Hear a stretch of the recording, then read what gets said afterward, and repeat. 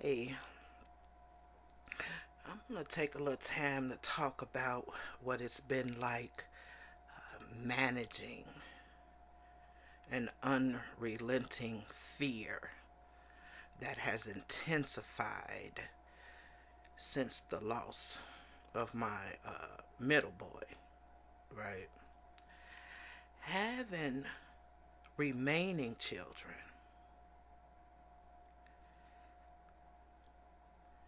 I stay in a constant state of fear of losing the others. I believe that it's a valid response. It is manageable, but the difficulties I'm talking about, I'm sure one can relate to having children that are out and about, right?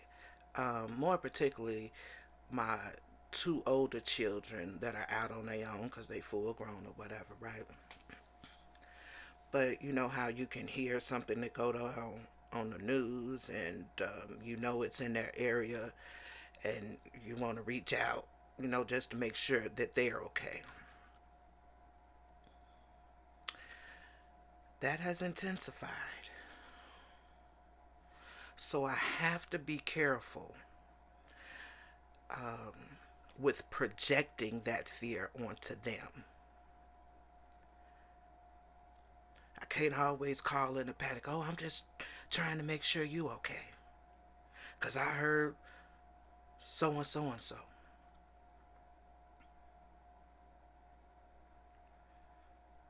Unfamiliar numbers coming across my phone. It's always a fear that someone's calling me to tell me that something has happened to one of my other children.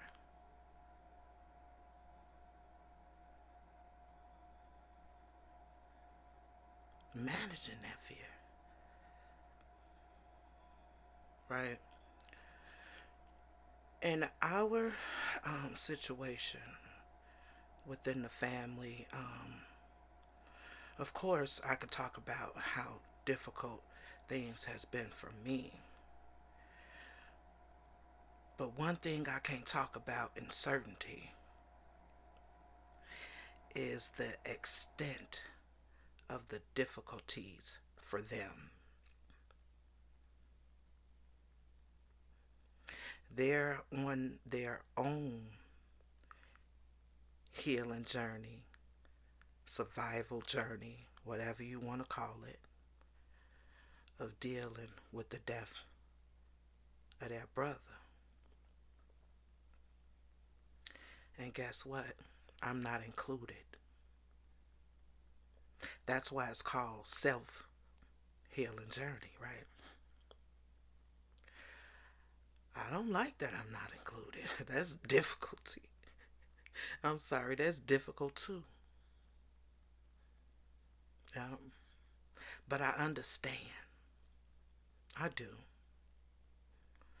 And although difficult for me, at the end of the day, it's about them and how they're processing it. And if I can't be included in that process, then I can't be included in that process. The only thing left for me to do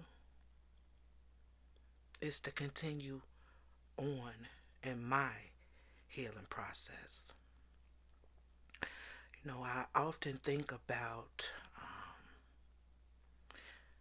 expressing to them as they were coming up um, that you can't live life to please others.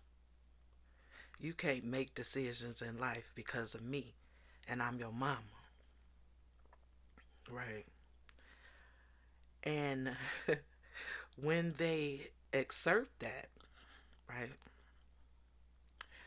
Um, it's like, wait a minute. No, but truth of the matter is, yes.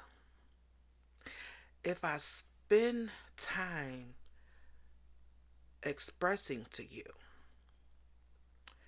that your life is your life, your decisions are your decisions, then that's what it is. I can't go back and, oh, wait, there's an exception. Because it ain't. I can't take it back because it was something that I, instilled, right? I know that's the truth of the matter. That's just how life goes. No matter how I want to intervene.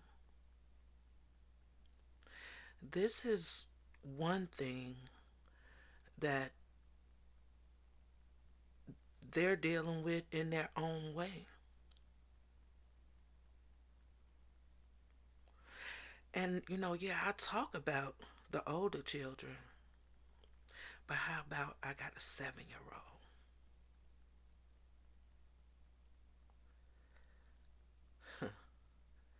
And I remember one time, him telling me, like, yeah, Ma, I know you sad about Bruh because that's what they called him.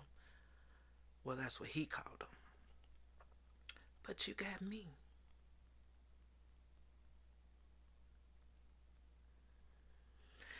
Whew, that was gut wrenching, right?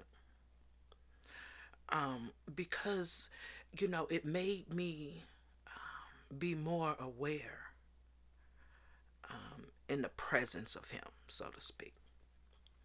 One, I think it's difficult because he powerless over comforting his mom after such a loss. All he would do was just stay right there by me. He wouldn't say nothing. I'm talking about he had his little tablet or phone in his hand and he just there, just like, okay, well, I don't know what to do, but I'm not leaving your side. And I appreciated that. Right.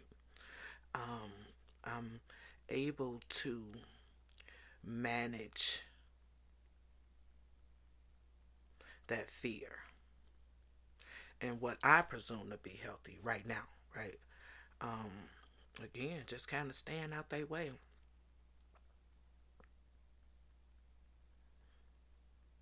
to the best of my ability and not be in such a panic, right? Waiting on the other shoe to drop,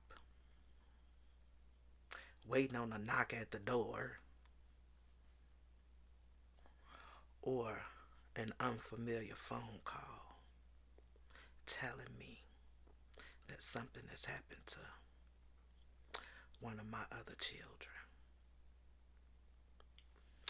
That's my time, y'all. Until next time.